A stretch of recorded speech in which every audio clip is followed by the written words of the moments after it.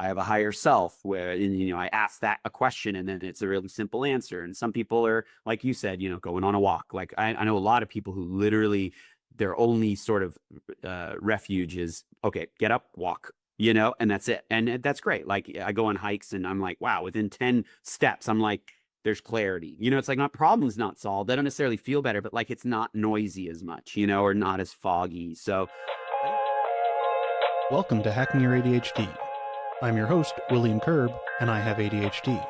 On this podcast, I dig into the tools, tactics, and best practices to help you work with your ADHD brain.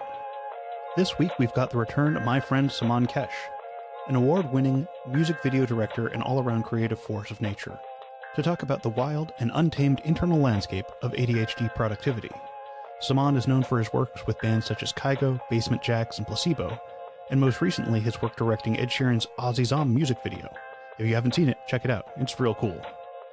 Today we get into the weeds of what makes a tool sticky, how to both lower hurdles and stakes when you're stuck, and the role of friction in derailing our systems. Saman also shares how he uses routines, gamification, and a lot of self-reparenting to manage the inevitable paralysis that comes with big projects, tiny tasks, and everything in between. This one's more of a chill conversation with friends about what works and what doesn't in their ADHD worlds. If you'd like to follow along on the show notes page, you can find that at hackingyyouradhd.com/237. All right, keep on listening to find out how to build creativity and productivity into your ADHD world.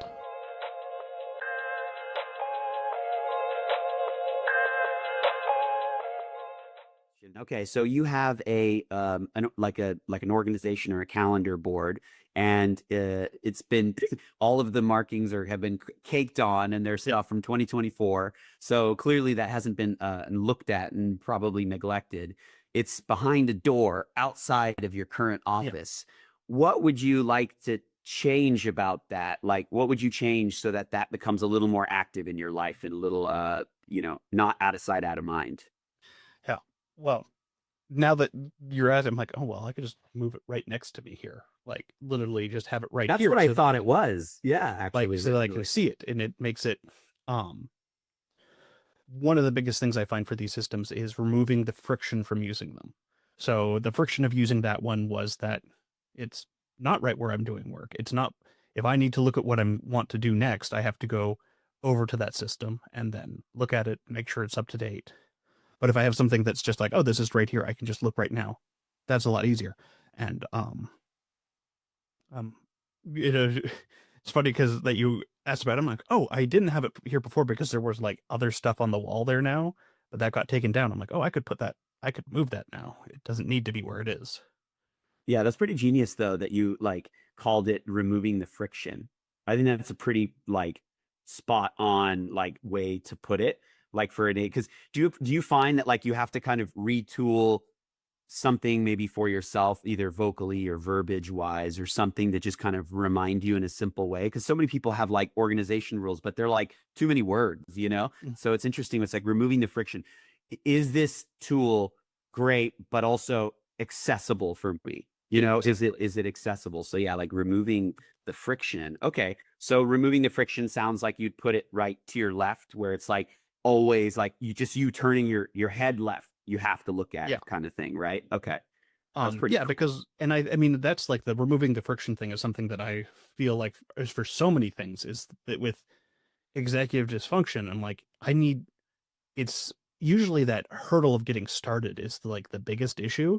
And so if I can just like make that hurdle way lower, it's like, oh, this is just like an inch tall rather than, I don't know how tall hurdles are. That's my metaphor is falling apart. No, it's great, but a hurdle sounds intense, so it's okay to remove our Olympic definition from it. Yeah. So throwing a hurdle into a molehill, I could just step over it. Well, there's a terminology that I've been using, and again, like so much of my education, like has been growing in the last just maybe 5 years. I would say like probably like 8 years, like just before COVID to now, but like. We talked about kind of lowering the stakes, right? So like the hurdle is obviously the going from one place to the next. How big of a leap is that for our kinds of brains, right? Like taking baby steps and not trying to do too many things, but just doing one thing, which is wild because our instinct is to, right? And tear it all apart and do it all. But like there's also the stakes, right? The wall of awful, because it's a real thing and there it creates paralysis, and part of the procrastination is because maybe it's like, oh, it'll never get done, or you're so in a hurry and behind of other things that you feel you don't have the time to stop and do this other thing. But sometimes the stakes just have to be lowered where it's like, cool, like I'm getting so much done anyways, and I'm probably not able to see how much I'm getting done because you're just kind of always thinking about the things you could do better. So it's kind of like the hurdle, but also the stakes. Like, think about how much you've gotten done. How many things on that board have you actually done without the board? And I'm sure you can be proud of a lot of those things, right? Yeah. So it's kind of like you're surviving and you're still kind of figuring out, like, we'll both like be like walking with canes and still being like, I found a new thing. It's definitely the right system, you know? Yeah. Like, so I think that's lowering the stakes, I think, as well as the hurdle, I think is important, especially for, you know, I can be really hard on myself to the point where it's like I can almost like have my own little mini tantrums, you know, like in my head. So it is interesting. I had a whole whiteboard system that I utilized, and I think removing the friction was interesting because I put it on. It was during COVID, like when I like really went hard on it, and I was like, I put it on the wall. It was always near me. I like had a doodle of the day, so it would kind of stimulate my brain, and I like had like a fixed doodle, and like the longer my hair got, I would make my fro a little bit bigger, and then like I had a cat like around my shoulders, my cat, and if my cat was grumpy that day, I'd make a grumpy face. So it was almost like, I don't know what it is, but it's sort of like a kid's drawing where the outline was permanent and then I just changed little things. So like I found ways to kind of stimulate me. I made the lists like 2 words, but it was still wild how much it, you know, not only was it ugly, I don't really like whiteboards really, but like it wasn't, it just didn't stick. It was almost like the immediacy, and I regret it a little bit, but like it's still not the right thing for me. But I did like getting up, and by getting up, right? We talked about this on our last episode, like the separation of just getting up, going to something, and having to do something separates you from like the crazy myopia that we can have sometimes, where you just lose track of food and living. So like I guess removing the friction is interesting, but I guess also there's something about like cooking in that breather, right? Like, what are like I have reminders that I have every week. So if my whiteboard, or sorry, calendar board that I neglect, but I still do it sometimes, is I have like a reminder thing where every 2 hours I'm a reminder, and it just says, it's just a palm that says count to 5, and all that is a reminder to just be like, breathe for five breaths, and you can't do anything else. That's it. So worst case, I just do that. But it always, to a science, causes me when I come back to reflect whether I've been stuck or not. And even it even helps me kind of just look at my reminders that I haven't done. I'm like, oh, did I brush my teeth, or did I do this, or did I, you know, whatever, like all the little dumb stuff, the tasky stuff that most people kind of habitually have developed. Like, I neglect that sometimes, and it's just interesting because I'll unlock my phone and I'll see them all, but it's like I develop this muscle to go, that's not important. You know, Yeah. I need to do this next task. And it's so interesting because it's like, how does that have friction? I could just make sure I check that off. But it's like, it is a really interesting balance, because even I just got a stand up desk, for example, and it has a little alarm where it'll just go, whoop, whoop, and it'll tell you, okay, you've been up for an hour, sit down. And I'm excited to utilize that to see if it helps. I wish I could force it to be automatic, but that's probably dangerous, so they don't let you do that. But like, you know, I think that could be interesting. You know, I just got like a Herman Miller chair. I sold out and got one of those chairs. And like it's really interesting because it gets uncomfortable pretty fast, but it's discipline. The Herman Miller discipline is you can't sit there for 8 hours. You have to get up. So it's like ergonomically, not like lazy boy logic. It's, this is how you should sit until you need to get up. And so the Herman Miller helps me get up, but when I'm up, like my soles of my feet will hurt before I sit down. So like the act of sitting down is almost mindfulness. So like, what do you think would be a good way for like having some sort of habit with that board, where it does sort of remove from just, because I can imagine I could just see you writing a huge list, you know, and then you're going, you go in TMI, and then you will become paralyzed. You'll hate that board every time you see it. Like, what would be a way for kind of stillness? I know you say going for a walk, but something even quicker. Like, is it a drink of water? Is it a Yeah. I mean, so what I'm thinking here too is just this need to have reasons to use your tools too, just beyond like you need a reason to like come back to using them, Mhm. to create that stickiness. Cause like there's not enough dopamine to just, if the list is just there, that itself is not enough dopamine. I liked your little doodle thing. So I was like, oh, if I'm being like, oh, I'm going to make a doodle every day, that's Mhm. great. Or, I know, years and years ago, I was with an accountability group where we just would text each other our to-do lists every morning, or like our like schedule for the day. And Mhm. because it because I was going to do that other part, the texting the list, made it so that I could just write it down really quick. It didn't really matter how accurate it was. Um, it was, but going through that process of like, oh well, I have to just write this down, and then I can, as much as I follow it, I followed as well as I can, with having realized now years later being like, oh, I understand how to schedule so much better now with like what I'm actually going to get done in a day and what's reasonable to do. But I'm thinking with the board is like, yeah, not having it overwhelming, having one of the things I had done with it, it's not just a whiteboard with tasks. So it's like this big Kanban idea with like stuff you're doing, deferred tasks and stuff. And so right before I stopped using it, I got magnets that I can put on it. So I can move tasks around very easily. Mhm. Mhm. Yeah, it's Um, fascinating. Yeah, that's an interesting thing. Dopamine. It's like, so the question is removing the friction while cooking in some dopamine, yeah. you know? So it's like, oh, so for, I put an example, a whiteboard near you that you can doodle on before you work on it, or magnets that that satisfyingly move around as you shift tasks. So instead of like clicking the button, because that's the one thing I've noticed humans, I don't know, it's my term for neurotypicals, even though that's obviously just like a temp word, but like, the non-ADD mind, it's like the dopamine hit is just like the barrier of entry for that is a little bit lower. And so I think like people, and some people just don't need that dopamine hit of checking something off. They get it in other ways, right? So that it's not satisfying. And it's funny because Nicole, my partner, has I think she has an app called Todoist, and I used it once. I didn't. It's a little bit weird for me. It's like not for me. It's not like satisfying looking in on an Mhm. interface, but there is a sick feature when you hit that button, the haptic feedback is like a little jingle. It's not just boop, it's like and I'm like, whoa.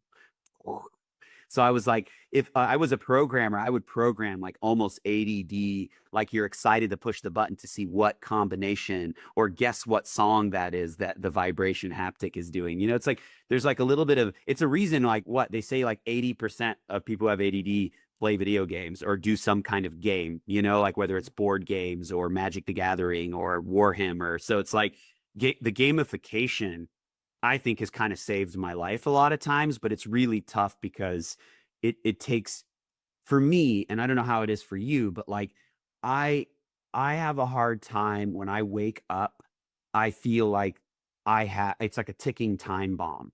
And I think this is where the stakes are just high for me. It's probably anxiety and also just my dad, I get it from my dad. It's just our willpower is so strong that sometimes it's like there's a moment that doesn't need the bulldozer and then I'm bulldozing. And Mhm. so it's like I'm like, I can't stop to do this thing. I can't, whatever. So it's like, again, it's the Ferrari with Honda Civic brakes. That's kind of my analogy for myself. And so it's kind of also like creating maybe like a cushion platform or like something that temporarily, because it's really not like, when people just say, just get organized, like you remember as a kid hearing that and you're just like, you look back and you're like, what are you doing? What kind of advice is that? You clearly don't understand my brain, right?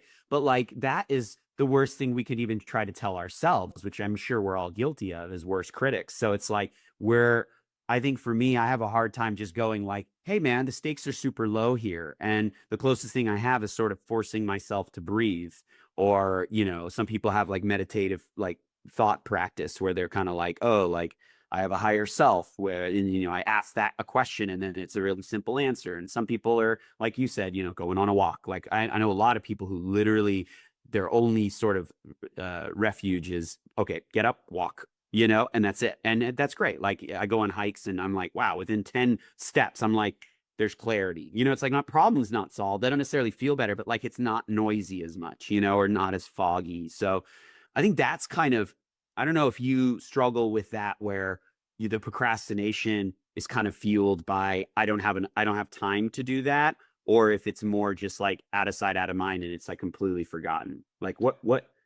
Yeah. There's both aspects where it's like, yeah, there is definitely the I need to go or else I'm not going to. Like, I was thinking about this recently with like the need to ride motivation waves, where I feel like, oh, I'm motivated now, and it feels like I'm never going to be motivated again. So I need to do this now. Even though that's a weird black and white thinking piece of things where I'm like, well, I've been motivated many times in my life, and often motivation comes from uh, starting, not from nowheres, So it's like, oh, if I can like try and get away from that idea of like I need to ride these waves of motivation. Like, no, I can do stuff without that drive. I can be like, okay, I this is again like the lowering friction. When I start writing, I will start writing really inane stuff. Like I'm like doing for an episode, being like, oh, what do I want this episode to be about? And what do I want the tone to be? And let's fix some of the stuff in here and just get myself to physically do the action of writing enough so that it just kind of flows into like, well, okay, this these are the ideas, and then I'm like, okay, this is now pouring out of me rather than uh being stuck. And then when I do get stuck, there are times where I'm like, oh, I can't take a break to because I need to get this done. Um, but often that I mean, I know from history, forcing myself to do stuff now that never makes anything good. Yeah, that is interesting. I try to kind of think about it like through the sort of like creative, like creating something phase. But it's like I know what you mean though, like where you're saying, oh, the motivation waves, ride the motivation wave. That's another great zinger because you're totally right. It's funny because that's advice for like 99% of creative people in general. So it's not just us, but it is interesting because you're like, oh, well, I've been motivated plenty of times, right? But I know what you mean. There's a version of that motivation where you're kind of also actually surprised, or you're kind of like, oh, I'm getting kind of carried away, but this is a good carried away. And maybe like you could see the positives of doing it. And like, for example, so I'm about to go on a road trip. I'm pretty burnt out. And when I say burnout, it's not the typical like exhaustion. It's like kind of the DSM-y definition of it, where it's like, okay, I'm getting weirdly existential. Like, I don't think my ADD is able to like play around. Like, I need to unleash it. And so I'm like, okay, I'm gonna like go on a road trip or go into a cabin. I've been picking up DJing again. I grew up DJing and my brother is a DJ. And so like I was like, okay, like this is great. Like it's great practice, mental discipline, because you're having to hear two songs at once and the listeners can only hear one, but you have to like beat mix the next song. And it's kind of chaos. You could easily, if you panic or ADD mode, you just like, it's a train wreck, which is like the term for that, right? So I'm trying to kind of develop a distance. But when I was on a hike yesterday, and I'm only 2 days away from my road trip, I was suddenly like, I was listening to the telepathy tapes, which my partner is like obsessed with, and was like, you should listen to this. And a lot of the stuff I already believe. So it was really interesting to be like, whoa, there's scientific data for telepathy. Sick. And, I learned that, I'm on the spectrum like, a few years ago. So it was really interesting to, talk about these kids who, are autistic to the point where they can't speak. And so, but they can like read minds. It's really intense. So I had an idea, not based off that, but just something it reminded me of. And I was like, am I inspired? Do I need to, as you say, ride this motivation wave? But I'm leaving. And I was like, but I don't want to change my road trip like that. I don't want to have to work. Like I want to just like watch movies and DJ and like go on hikes around the lake where I'm staying or something, right? Like, so I was kind of like fighting it, but I was like, okay.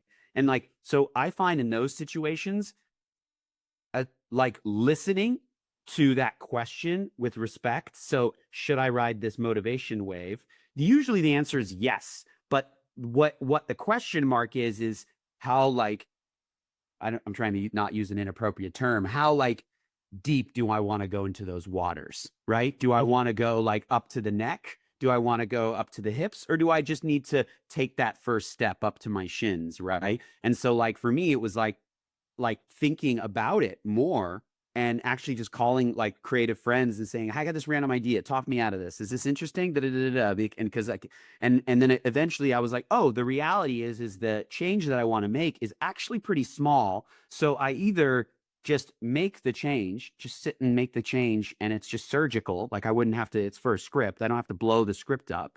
But because con is around the corner, my producers are talking with investors at the moment. Is this enough of an idea change that I should put it in now before people drop like millions of dollars? But it's like, or is it not that big of a deal? And so like just being curious, I think it's stimulating enough that you're not going to lose the wave, but it does help because you could create another wall of awful. A lot of people, like, how many times have you had inspiration and you've kind of negatively judged it or said, "Oh, here's another fucking thing I'm never gonna get done," you know? So like again, when I'm on a hike, sometimes there's a lot of clarity. So it's like even though I still have conflict, there's a little bit of like, I wouldn't say zenness, it's just respect for yourself and your thoughts and being a parent to them. And so I get what you're saying. I think that there are like, it's usually right when you think I should ride this motivation wave. I think where it can be problematic is the jump to conclusion. It's the jump to, okay, that's what I got to do. And it's like, oh, wait, let's think, what are the steps to get there? You know? Mhm. And I think that's so yeah, I would say I'm going to add that to our list. We've got removing the friction, and then it's also like ride the motivation waves. And what I like about that too is it's very ADD as well, right? Because it's not about forcing the task. It's about understanding that it's like, well, I wrote this task for tomorrow at 5. I have this thing that I wanted to do. I have some gaming time, but maybe I should switch gears now. Oh, but wait, I only have an hour and a half left. Am I going to get that done in an hour and a half? Well, maybe just start it. And then it's going to be like watching a TV show. You're going to be excited to pick it up. Like for example, I'm playing Metroid Prime and I'm in like a really weird part of the game where there's a lot of backtracking in the game. And sometimes I'm like, oh, this is such like 2002 design, like where there's no fast travel and shit, you know? And so I'm like, okay, so I designed it where I got to a boss and then the boss shows up. I pause. Put the switch to sleep mode so that I know when I'm going to turn it on. So I'm like excited to get there again. So it's like kind of hacking that, finding a way to like put a bookmark on the motivation wave. I think that's a good way to do it. Like, how do you bookmark that motivation wave, Yeah. Well, and also like sometimes we do need to like put the brakes on and be like, yeah, how good of an idea is this? Especially because there's times where I'm like, I'm driving or, trying to go to bed and I have these ideas and I'm like, oh, I should do this kind of thing. And I'm like, and then, a couple hours later, I'm like, oh, that actually was not a good idea. I'm glad I didn't stop to do that. Uh, or also the classic of, redesigning your life while trying to go to bed. Being like, oh, when I wake Yes. up, I'm going to do these habits and I'm going to do these things. Like, that's not real.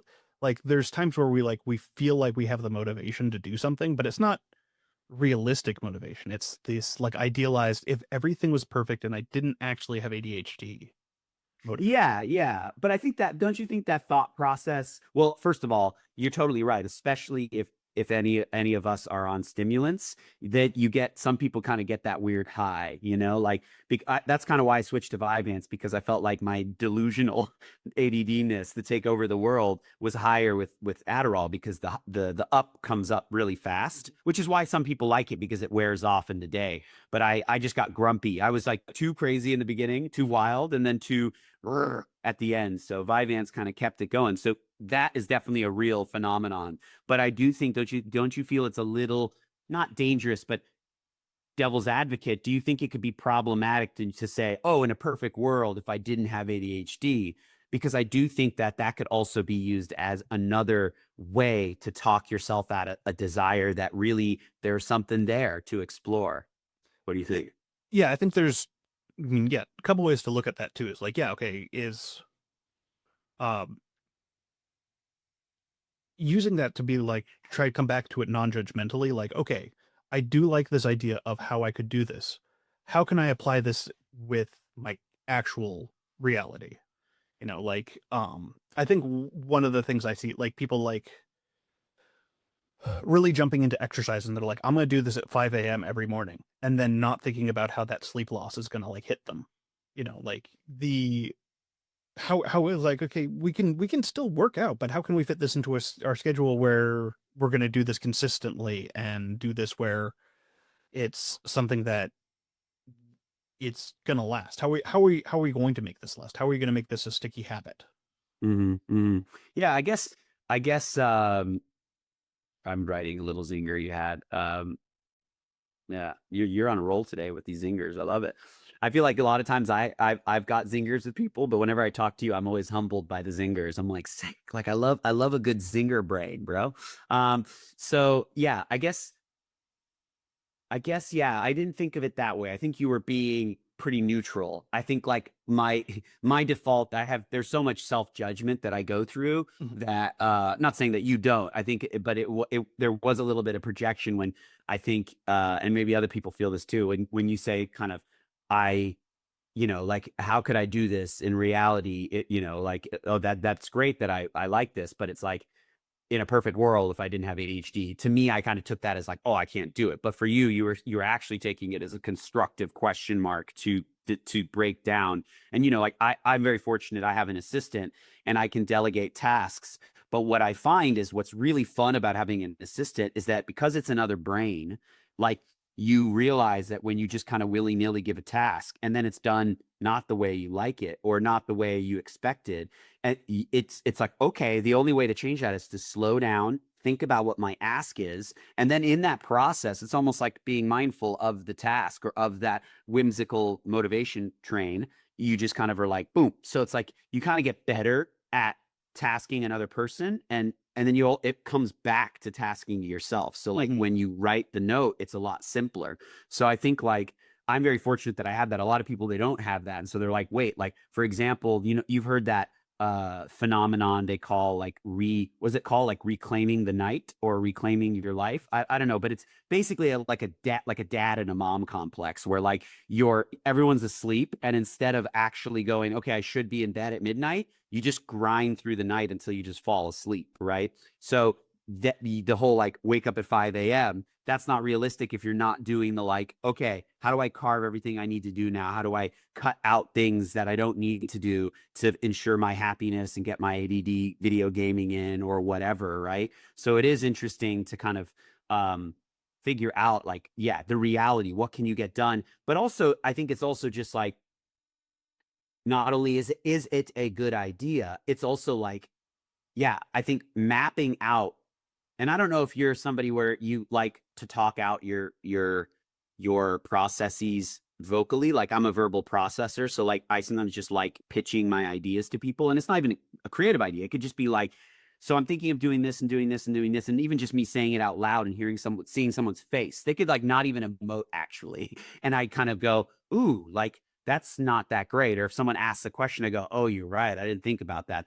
That's like a 3 day process, not like a 1 day. Okay, well then, okay, what if we divide and conquer or something like that, right? Like, so I think just almost being creative about that creative thing that you want to do, or being creative about the process of how you would do it. Like, I'm sure even starting this podcast, like, I'm sure part of you were just went knee deep, full on, and you're like, whoa. But I'm sure a part of you also planned some stuff out and then you just got better at it. And then you can remind yourself, oh, you remember that one time without raising the stakes and feeling like that exact thing is going to happen again. Oh no, because then paralysis will strike.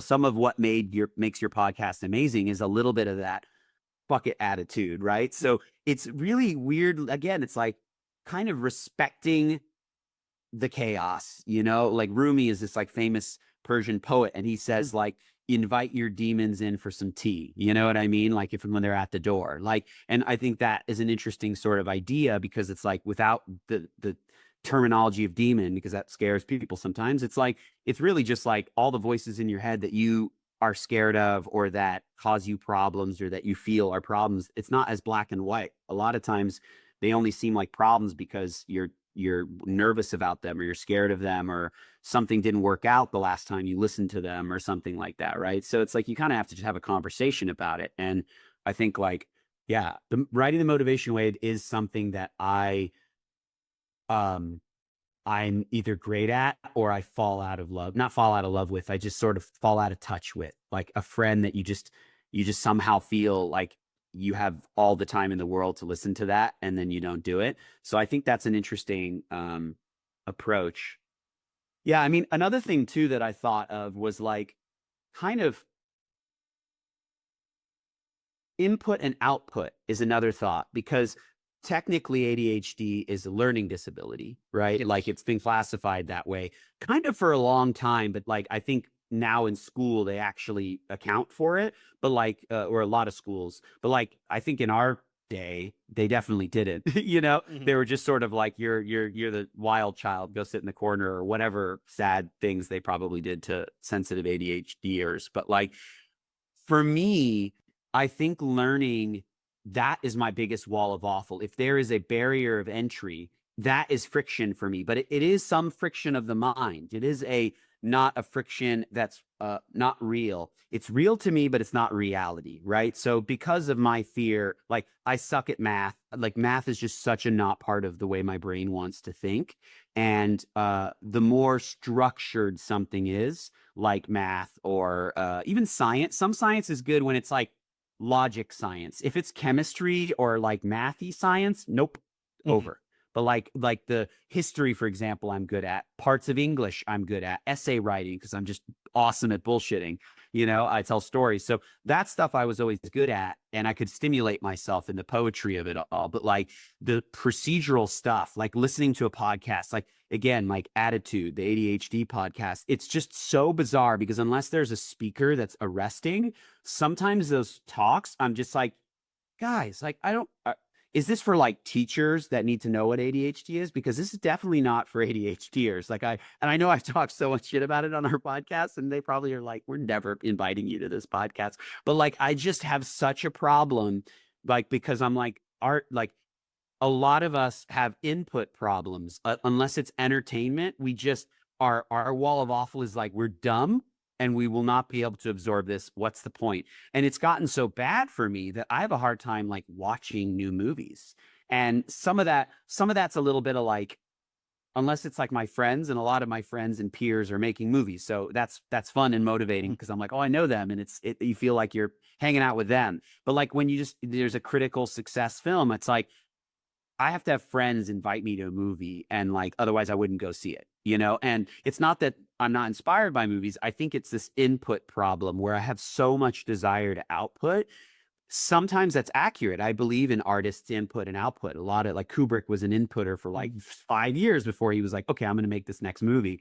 But like there are times where it's kind of a paralysis for me. So I guess like, are there times where a task is so daunting, uh and I don't know if this is something you have an issue with, but like wanting to learn something, how do you motivate yourself, especially with, knowing that you could kind of suddenly Swiss cheese and fall through the hole and go, wait, what was all that about? I just wasted 15 minutes just doing something, but I wasn't learning it. Like, do you ever get paralyzed from that? And, how would you get out of it in those moments where, Well, you had the answer right there in what you were saying earlier.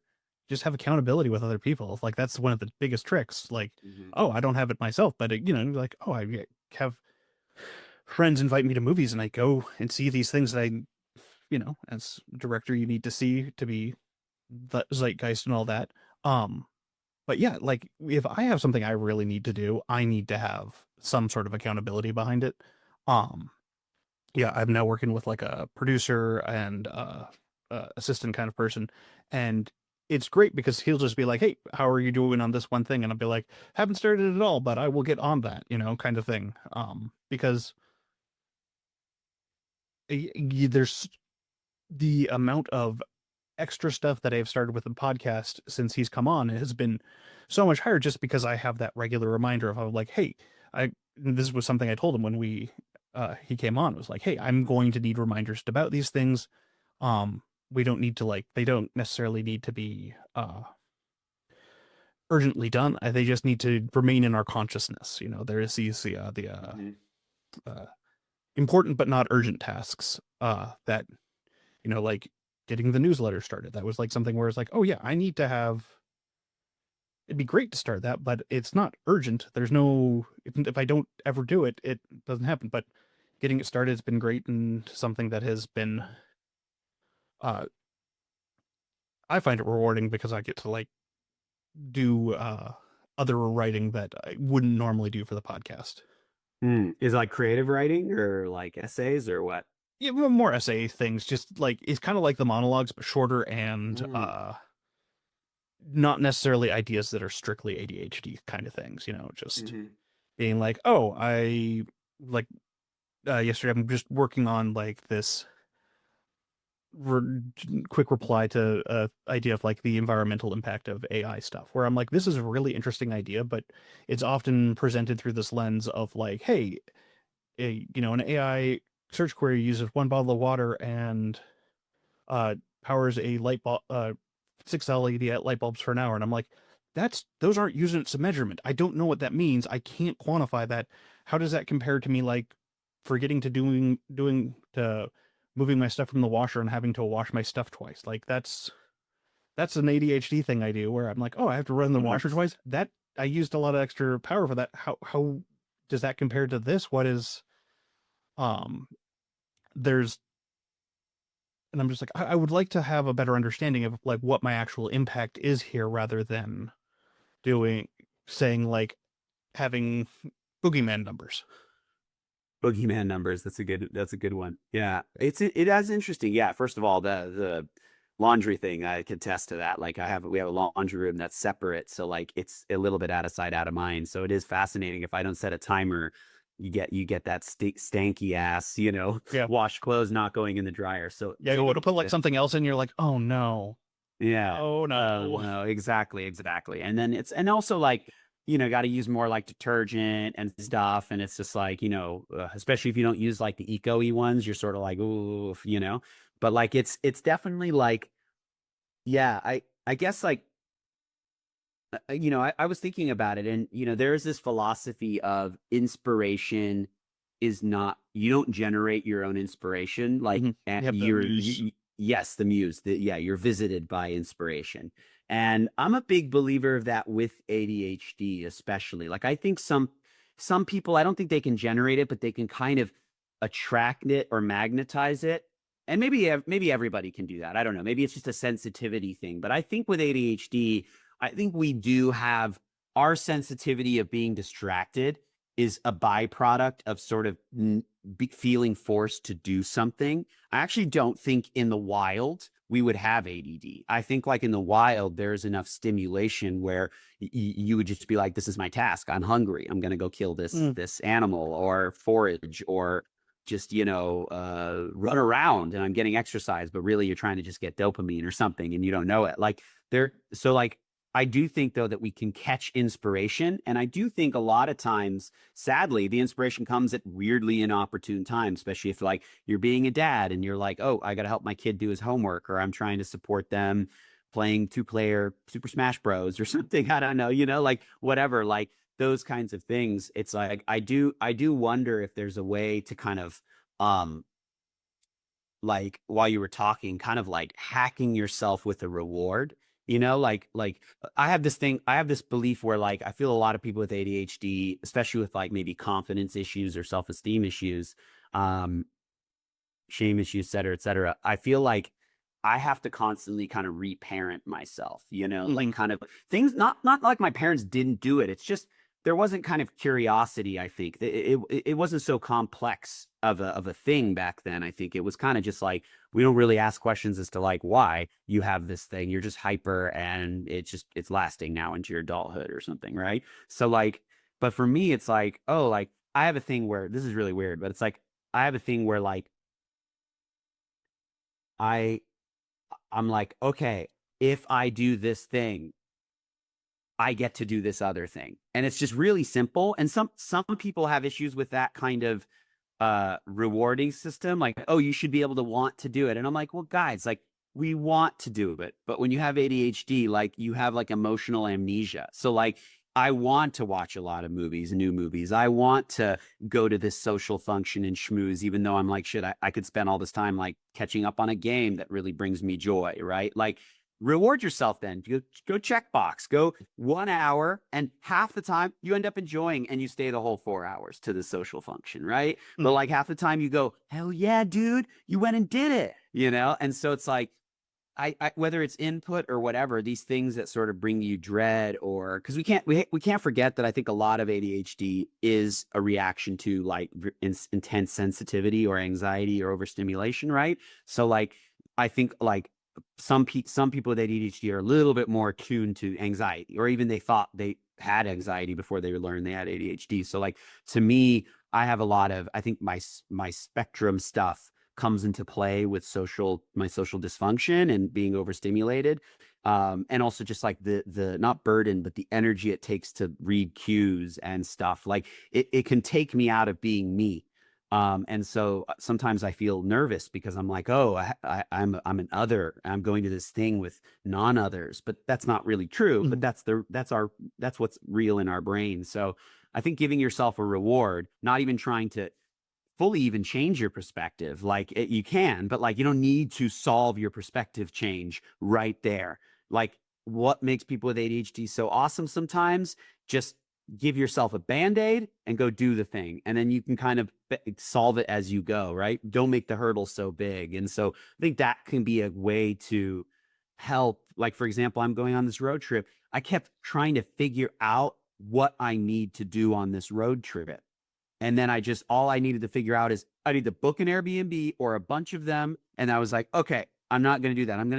I'm taking a car. I have a big enough trunk. I'm going to just take my speakers, my DJ mixer. I'm going to take no games because I know that I don't want any of that. I'm going to bring some of my meal plan macro plates in case I want to do that. But I'm also going to go and buy some steaks. Like I'm going to spend just a little bit extra dough to let my ADD and the thing that also makes us genius, like show up when it shows up. The clarity will happen there. So it's like being kind of patient and getting to the next step, I think is important. But like, I think in order to do that, I think we're children a little bit, right? I mean, that part of the executive function is comparable to like whatever age we were most traumatized. I don't know by. So like I always say my executive function is definitely like a somewhere between 10 and 12.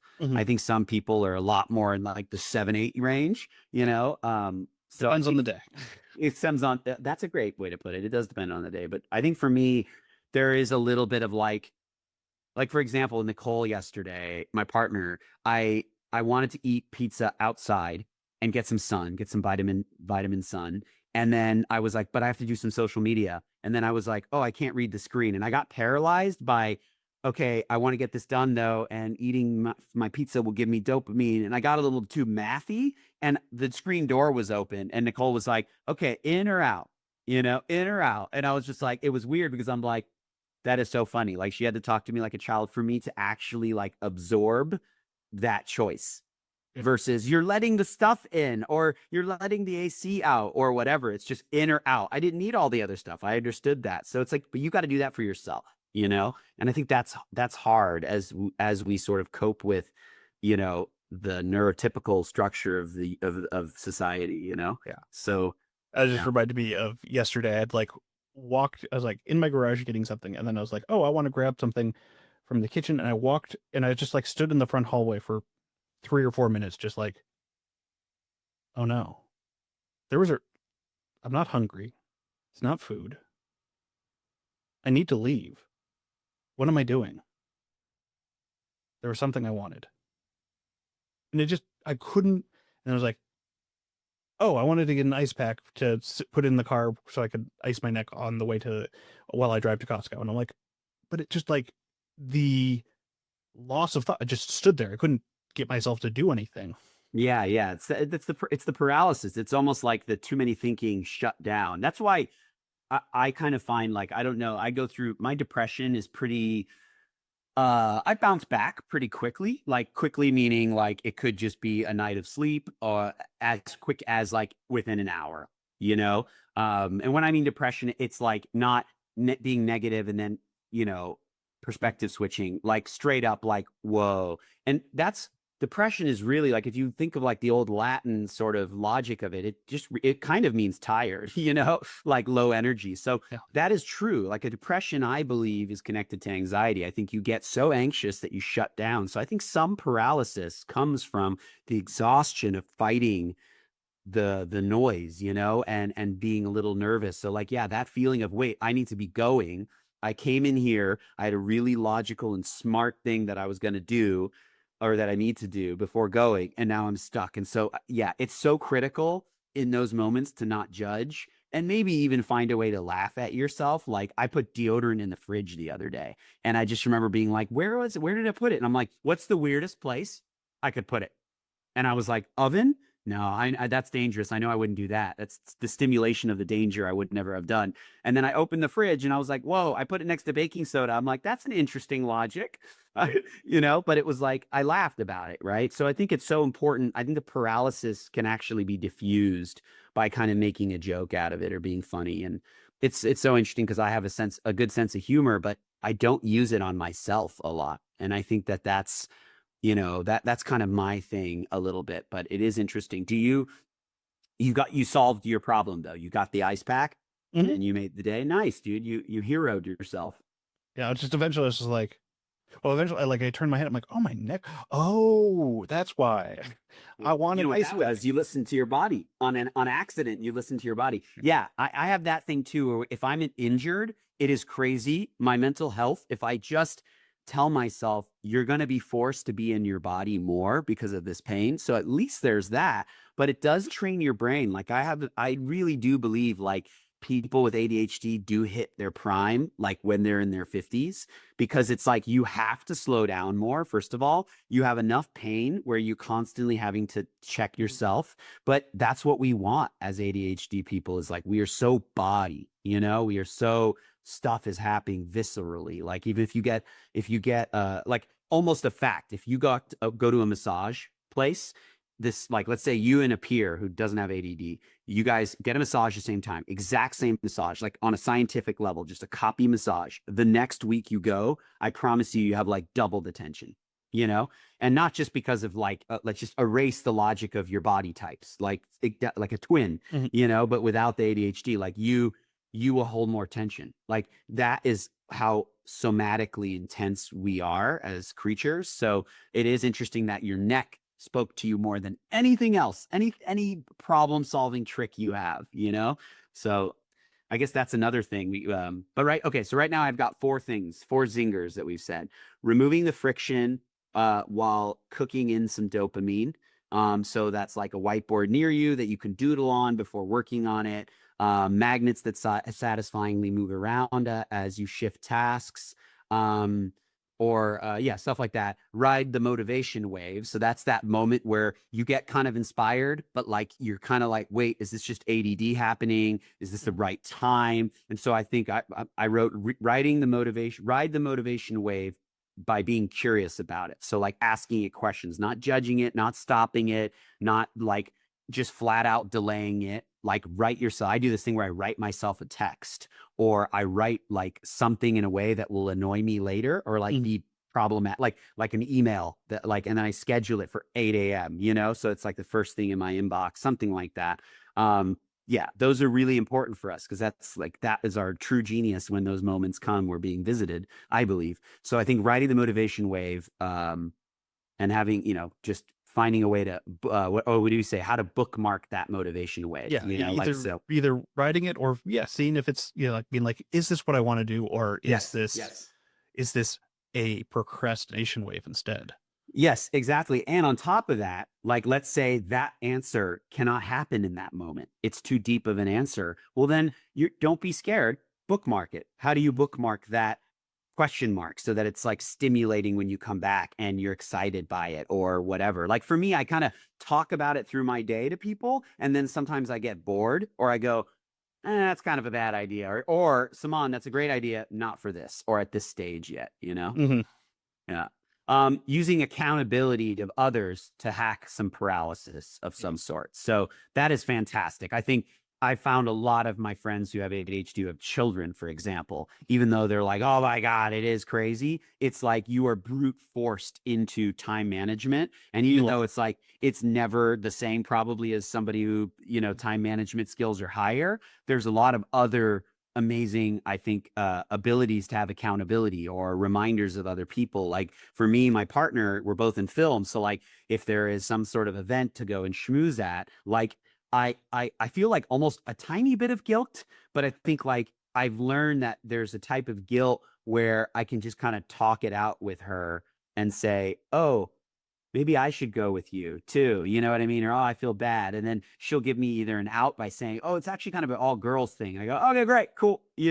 But like I'm proud of myself that I explored it. But I think the accountability of others, like I have a friend, Dia, who invites me to the Alamo Draft House, and I wouldn't have watched Sinners if not. I wouldn't have watched, like Oppenheimer, I think, if not. But it's like I loved watching those movies, and they're helpful. So like there are interesting things with that, like using it's almost like being empathetic, like getting out of your own head, thinking of another person, and then realizing, wow, harmony, that's right, sick.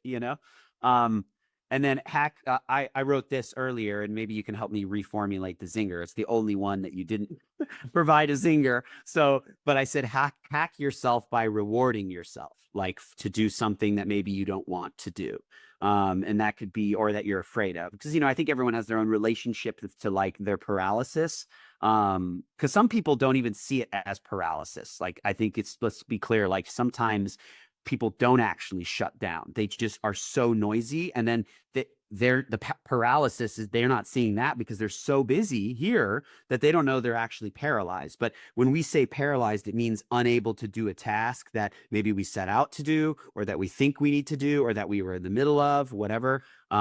So that's what we mean by if you're paralyzed, like how can you hack yourself? Or if you're just really dreading something. Like I have uh there's a meme that I saw the other day where it is funny to feel seen by this, but like I have a thing where when I have a meeting, like a general meeting with a studio exec or a producer, if it's at 3 p.m., it is so hard for me to do anything prior to that because I have this weird nervousness. Not like it's not even logical. It's not, am I going to get there on time or any of that? That might be buried in me, but it's just I can't like function like freely. Like I could never write a script. I could never be, because when script writing is so pure and like spiritual for me. So it's like I just need the whole day to be left alone when I want to write. So it is very limiting. But if you can hack yourself, but reward yourself by doing a certain task, even if you're like, oh no, like I don't want to do this or I want to flake out or whatever. I think that is really helpful. So yeah, it's like an example. Maybe you can give an example, but my hack sometimes is like mine is probably not super healthy, but I do have this thing where sometimes I'm like, oh, I gotta pee, but like it's not like dangerous levels, but it is a kind of like it's like a kind of, hey man, you should probably go pee, and then I go, all right, I'm gonna just finish this paragraph, and then I'm gonna go pee, and then it's that. But it could be even something. Let's get something a little more less like biological, like maybe okay, shit, I only have an hour to game that I carved out, but I just realized that uh the switch dock is like, because I took it to a friend's house, is all messy, and I know that I want the house to be clean before Nicole comes home. So, and I want it to be clean because it's stressing me out, and then I get paralyzed and I go, why don't you just do a band-aid version of it and then just put something there to signal yourself, and then you actually can do it, and then you're like, wow, I progressed. Even if I only took a half step, I took a step, and then my reward is getting to play the thing. So it's like kind of being reparenting. But those are my examples. Do you have an example for kind of giving yourself a reward? Yeah, well, I mean, not just a reward, but also like just like scaffolding my day so that there's like, okay, if like if it's, like 3 o'clock, I'm like, oh, I have this stuff to work, and I'm like, well, I have to finish this by the time I have to walk over to the bus stop to get my kids. Like, Mhm. um, or else that one's more of a like a stick where I'm like, oh, I'm gonna have to deal with the fact that I didn't get this done and it's gonna snowball to something else. But which I guess is the same thing with like having to pee, where it's like, oh yeah, I get to go pee, so it's gonna got the stick going. I do the same thing too, where I'm like, I'm not gonna get up to pee until this is done, because Yeah, yeah. And it's great because you're connected to your body, I think, in that moment. you are like a okay, just get it done. And not in that way that maybe other people like that's the problem I have with like sort of neurotypical kind of definition. It's like we kind of run by our own rules of words and we have our own emotional attachment to them, Yeah. or at least I believe that. I think like so when we say just get it done, I have to always remind myself, you're going to get it done. Awesome. Is it exactly what you want in the future? No, but in the future, it will turn into that, right? So the get it done is you're going to do a good job when you get it done. So that's all that means really when at least when I say it. But I feel I've heard a lot of other people say kind of just get it done. But when someone else tells me that doesn't have ADHD, they're like, just get it done, dude. I go, that's wrong. You know what I mean? So it's like, oh, but for me, it's just get it done. Like, yeah, so I can go pee. And what's amazing when you go do that is like you're actually like more refreshed and you feel better and like that gives you also do get dopamine when you pee. You also get dopamine when you take a dump too. That has been proven for sure. A lot of my good ideas are going through the relieving of myself, so I enjoy that. But let's talk about your one. Yours is kind of feels a little bit like I get to do this, right? Like, oh no, if I don't do this thing, I'm going to have to deal with this at a very inopportune time. Yeah. So I guess the reward is that thing that I either want to do it I get to do that with freedom and Yeah. ease if I get this thing done. Okay, that's a Yeah. very like I can tell you're a parent the fact that you think that way. Like it's so like do you want to do this? Do you really want to have to do this while you're at soccer practice? No, that's not possible. I can't. Okay, like giving the kind of talking to yourself like a kid. That's pretty good. I mean, I Um, find that's and sometimes like just separating my ADHD out from myself and treating it kind of like a toddler because I'm like, mhm, oh, it just wants to do whatever the fuck it wants to do. mhm, And we can't always do that. Sometimes we have to be like, okay, let's treat my ADHD like a little kid and talk it through getting what I want to get done.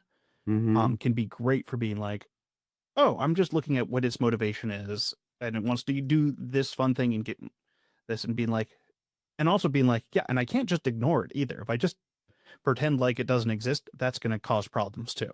Yeah, well, I think that's part of the procrastination, maybe part of the procrastination wave, or it is like wall of awful motivated, right? I think that the wall of awful is interesting because the more I think about it, the more I realize there's a lot of people with ADHD who don't even understand the wall of awful because it's Yeah. so ingrained. So I think it's about like taking it out of the sludge so that you can kind of see that. And that's also helpful. You don't have to solve it again in that moment, but I think, yeah, like treating yourself like a toddler is a great way to put it, and I think that does connect to the bookmarking it. Like write it down, pause it, come back to it. Or how can you set a reminder for yourself so that it stimulates you and you're not like, oh, I'm bored of that now, you know what I mean? Like respect your idea by not dismissing it. That is a huge thing that I have a hard time doing. Is I go, oh, that's just another good idea, but it's because I'm traumatized. I used to have like a little notebook when I was in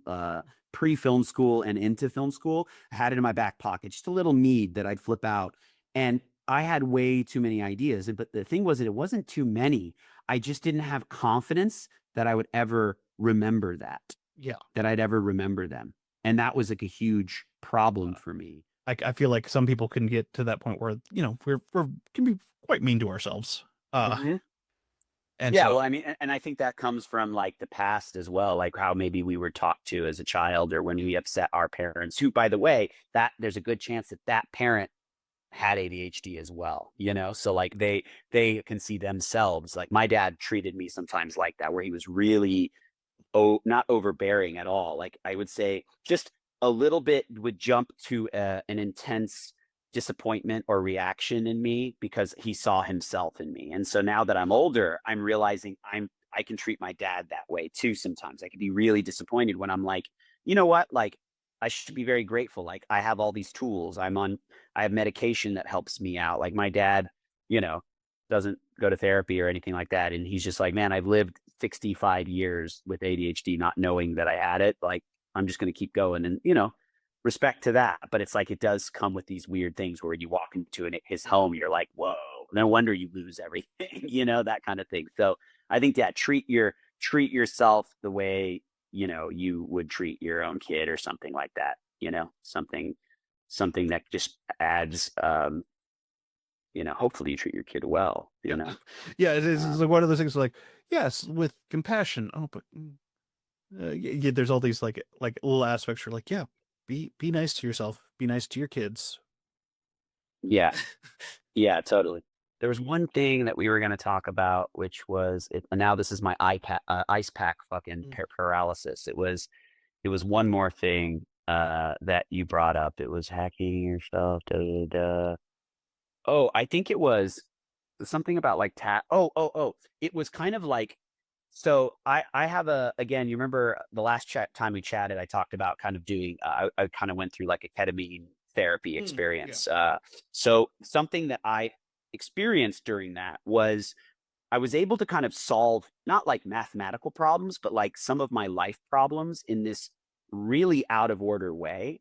And it was really beautiful how kind of helixed it was. It was really just whoa, and then it would boom, and it would just come together. And when we talk as ADD, it's like we don't necessarily like even this 60-minute podcast that's now turned longer than that. Like we don't really think about time in the way other people do. In fact, I think we're kind of almost like the movie Arrival. We're kind of just out of order. It's a little timeless, but we end up finishing the circle. It's just we sort of like go out of order and kind of hang out in these other things, but it makes the end result stronger. And so something I was thinking was that like, and I don't know if maybe you've already have this, because I think seems like you have a pretty elaborate way of organizing the tasks you need to do and the time sensitive tasks. If you can find a way, like I have a thing where I need to water my plants within this week before I go, because I'm going to be gone for a couple of weeks, and I love my plants and they bring me peace and comfort. So I'm like, okay,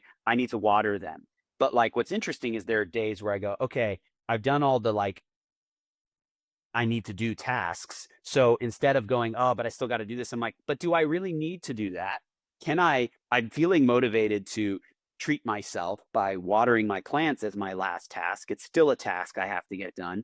So almost like cooking ADHD friendly tasks, like making a list of like kind of get it done randomly, but not like just throw it willy nilly, like use it maybe as a reward. Do you not want to do this other task that you need to do?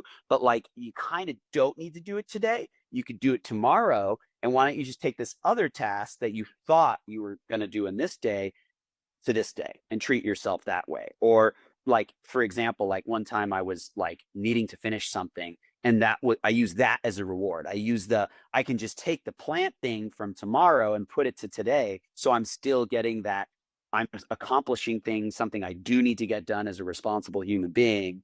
But so I think like respecting your ADHD, like we can't bury it. And I don't think thinking of it like it's a problem or a deficiency. It's like we need to reward that part of ourselves. That is a part where it keeps us creative. Like it gives us our willpower. It gives us insight. It gives us our ability to have zingers.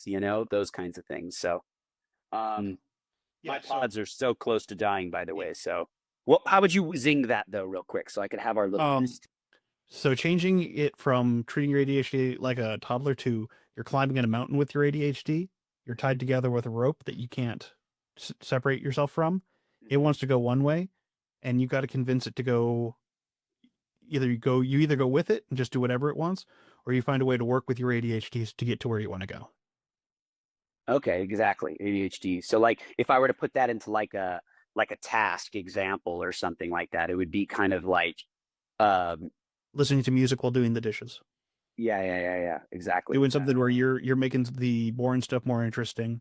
You're giving Exactly. Or doing all the little things. picking a funner task that you can choose to like, if you're not feeling it or stimulated, picking that task. Okay.